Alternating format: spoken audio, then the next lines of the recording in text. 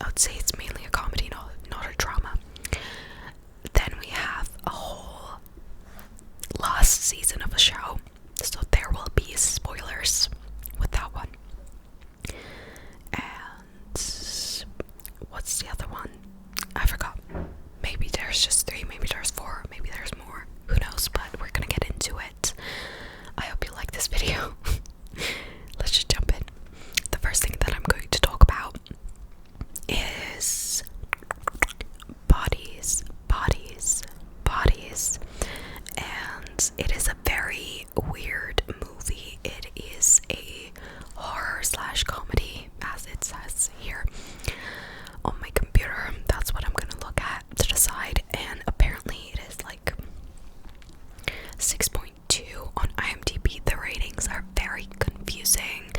Half of the people seem to give it 1 star, half of the people seem to give it 5 out of 5. It is a very weird movie. I'm going to give full spoilers to it if you haven't watched it and you want to watch it. I mean, it is an experience. Would I recommend it? Since like you're gonna lose, an hour and a bit of your life. Not necessarily they're better horror movies, but this is a comedy horror, so it's very weird. It has some big names like Amanda Stenberg, Pete Davidson, Rachel Sennett, who also was in The Idol, and you know how that went. But Rachel Sennett is actually so funny, and she's one of the main characters. There's also Maria Bakalova, Chase Sui Wonders, Lee Payson. There's quite a lot of characters. They diminish. Obviously, it's a horror movie. People start dying. Let's just get into it. If I would give it like a 3 out of 5. It's not the worst thing ever. It's not the best thing ever. So, the movie starts with 2 girls making out. It's like really weird, so we're instantly like, thrown in to their relationship. We learned that they just started kind of seeing each other. I don't think they know much about each other. And they go on to this house where Amanda Stenberg's character, Sophie. So Sophie's friends are throwing a house party for something. It's like a storm party. I don't know. It's supposed to rain and be stormy, and they're throwing a party. I don't know why, but they are. And apparently it's like a thing that happens all the time. And they talked about it in this group chat they're all in. And Sophie takes her new girlfriend, B, to this house party, and they show up there, and the friends are not quite happy for seeing Sophie show up, and especially bring this new person. Whatever, the party starts, the whole thing, they're playing games, whatever. Then, I'm trying to recall the movie, I'm sorry.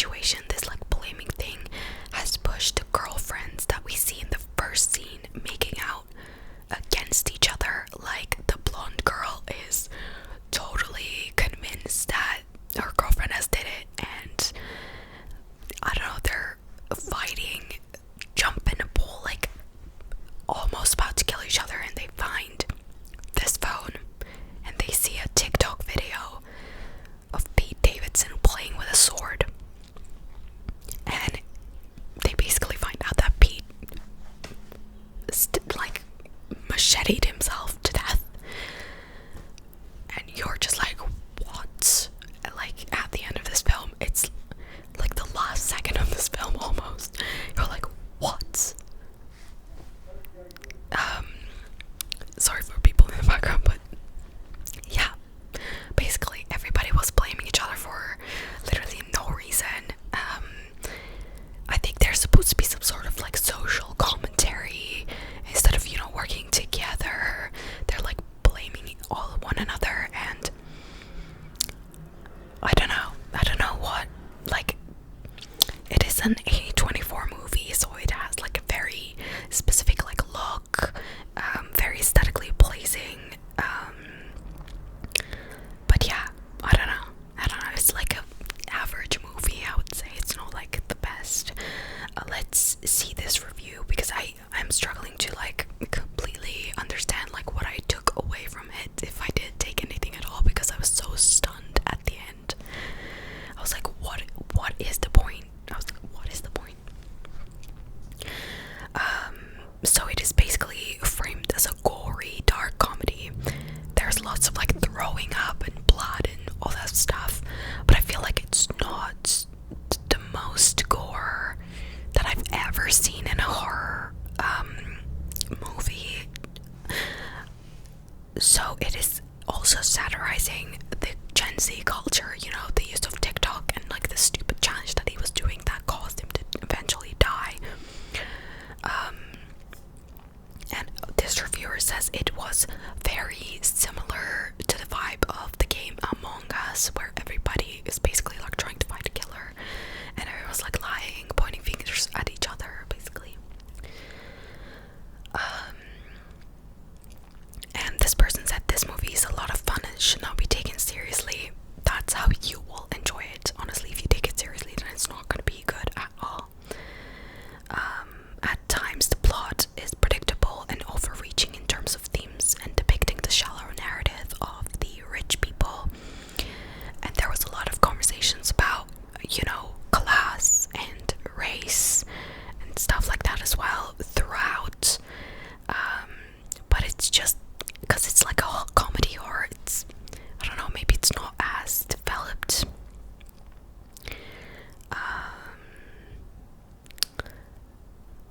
And despite the flaws, this person says that it was strangely satisfying when you watch it.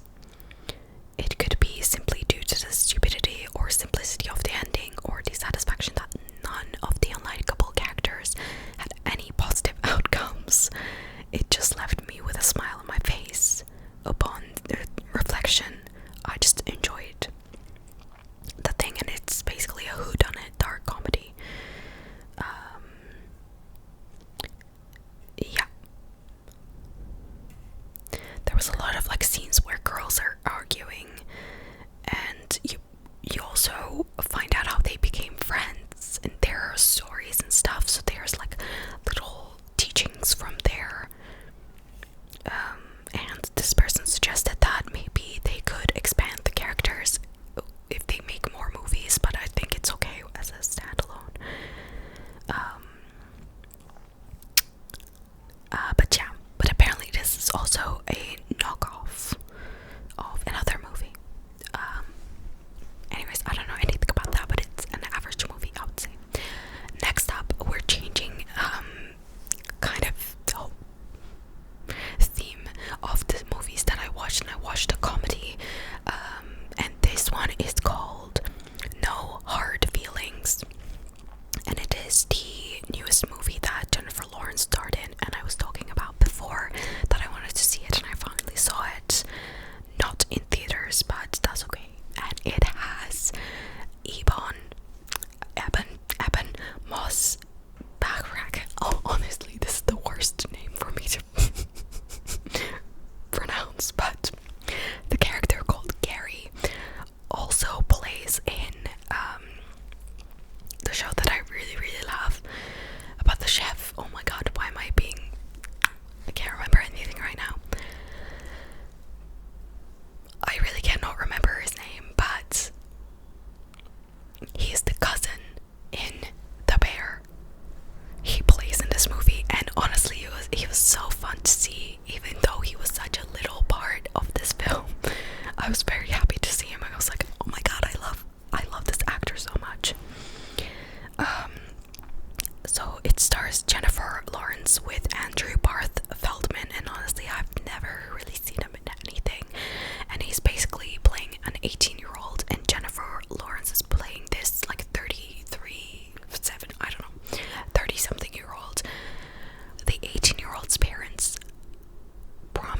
Jennifer's character to give her a car that she needs to like drive Uber and make money so she can save her mom's house. And the parents basically say date our son, who is about to go to college, and he's so naive and he doesn't have any experiences because he just like plays games in his room. But once she basically starts this thing, like try to have basically sex with him, it's very weird, because like she is like 30 something and he's just turned 18 basically. Why would any parent do this? Basically this challenge, it's not a challenge, this mission starts and Jennifer is like trying to get him to have sex with her, and we find out that this guy is actually very, he's sensitive and he's understanding. He is honestly so nice, like such an amazing person, and I didn't think that he needed, that huge of a push to, not be as naive or as experienced as his parents wanted him to be. I think he would have just figured it out on his own when he went to college. So I didn't really understand that, but it was a really funny movie. Yeah, they basically end up bonding together and forming a real friendship, and I don't want to spoil like what happens in the middle. That is basically like the conflict and all of that, because it's really, really funny. I suggest you watch this movie. I mean, I liked it. I don't think it's like the best movie ever. It is like a 6.4, so I would say it's an average. I would give it like a 4 or like a 3.75. It's not the best thing, but it's actually quite funny in my opinion. Even though like it does really push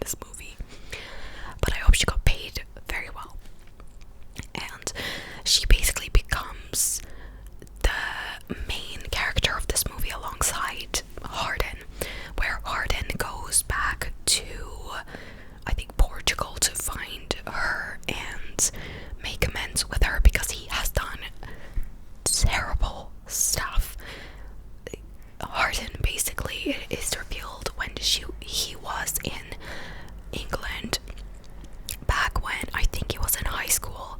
He had sex with Mimi Keen's character called Nathalie, and he films this interaction because he goes and has sex with her because of a bet. Just like the way he, through a bet started his relationship with Tessa. Back in the day, he also did that at an even worse scale, I feel like, to Natalie. And it was basically a case of revenge porn where he sent this intimate video where there was no consent of this video to be shared to anybody else but him and her.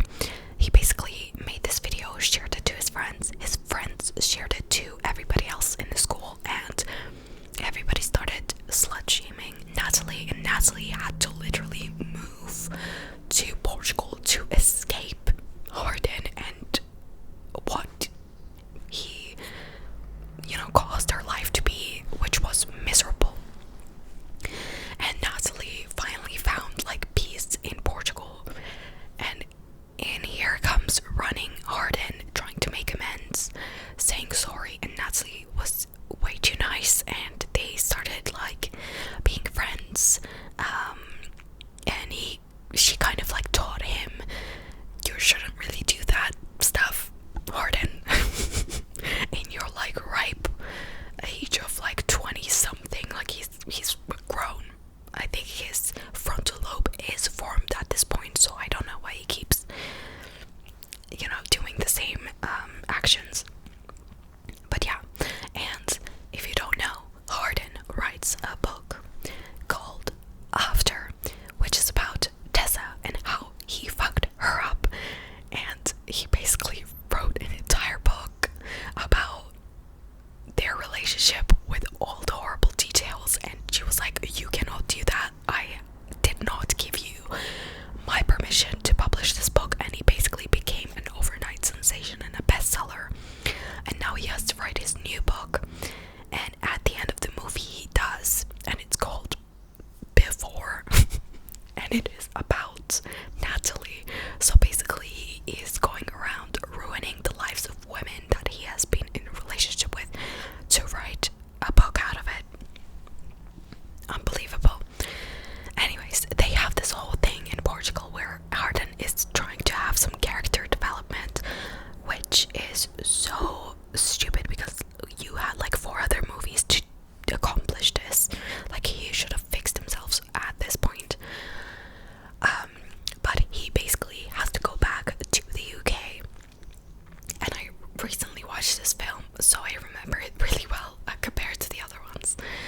And I'm more passionate, as you can tell, as I made like full-on hour-long videos about the other movies, because I like talking about really useless stuff. It's fun. Anyways, he has to go back to the UK. Right, so he up and leaves Portugal. He says goodbye to Natalie. Natalie has this copy of the new book called Before, and he is going back to his brother's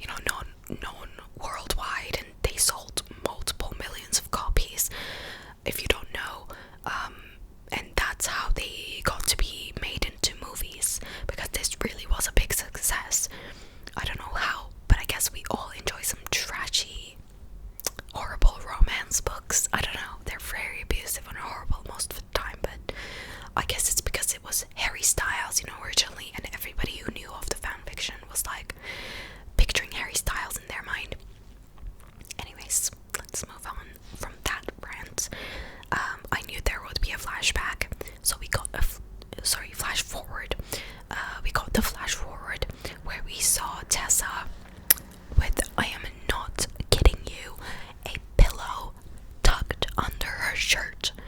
That was supposed to be the bump of her second child, because we saw the child and they did not look aged at all, but this child was literally 6-7 years old. So what, like, she got pregnant that night where he proposed, and they got together at his brother's wedding, like after 5 minutes of seeing each other, and prior to that they were like broken up for a couple of months. Like, makes no sense. And she says something cringe like we're inevitable or something. No. But yeah, we got a flash forward and the end, and we saw a little peek at what was in Hardin's bag, which was called I think it was like his third book, and it was like called Later. Like, what? After, before, and later, like, what? But yeah, that was that movie. Do not watch it if you don't like this kind of stuff, because it's really bad. It is like a 1 out of 5, honestly. And then the last thing I watched, which I completed watching it literally yesterday, was Sex Education. And this season got really bad reviews. What I can say is, if you we can get into this, because there's a lot of things to talk about, and I need to finish this video, sorry, because it's getting really dark. But there's a lot of things that could be said about this season, because it was a lot. It was all over the place. Apparently this season was not supposed to be the last season. As they started writing it, the writers were basically told that Netflix is cancelling the show, or like pushing them to cancel the show, which I do not understand why, because it's one of their most successful shows, and Netflix is literally the worst, and that is literally why I do not watch it at all, basically, anymore, because of all the new stuff that they're doing and all the good shows that they're canceling. And this is why, like, the show was very rushed. The best parts was obviously Adam Groff, the Groff family as a whole. The dad had a great character development. Adam had an amazing character development. I loved them, like, yeah, getting full circle, and they hug, and it's just amazing. If you know the hug scene, it's just amazing. It's just, their story is incredible. If you've never watched Sex Education, I would recommend you saw it, because there's a lot of funny moments that in this season still like made me laugh out loud, and there are a lot of sad moments, which I think season 4 was very, very, very sad compared to the other 3. This was a very depressing season. There was a lot of family issues being dissected with Maeve and her family. Don't want to give spoilers, but I really liked her storyline.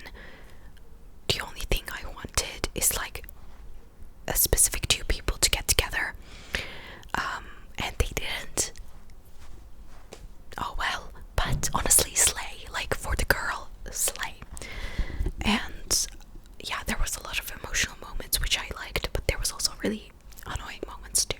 But it's mostly the new characters that were really annoying, unfortunately.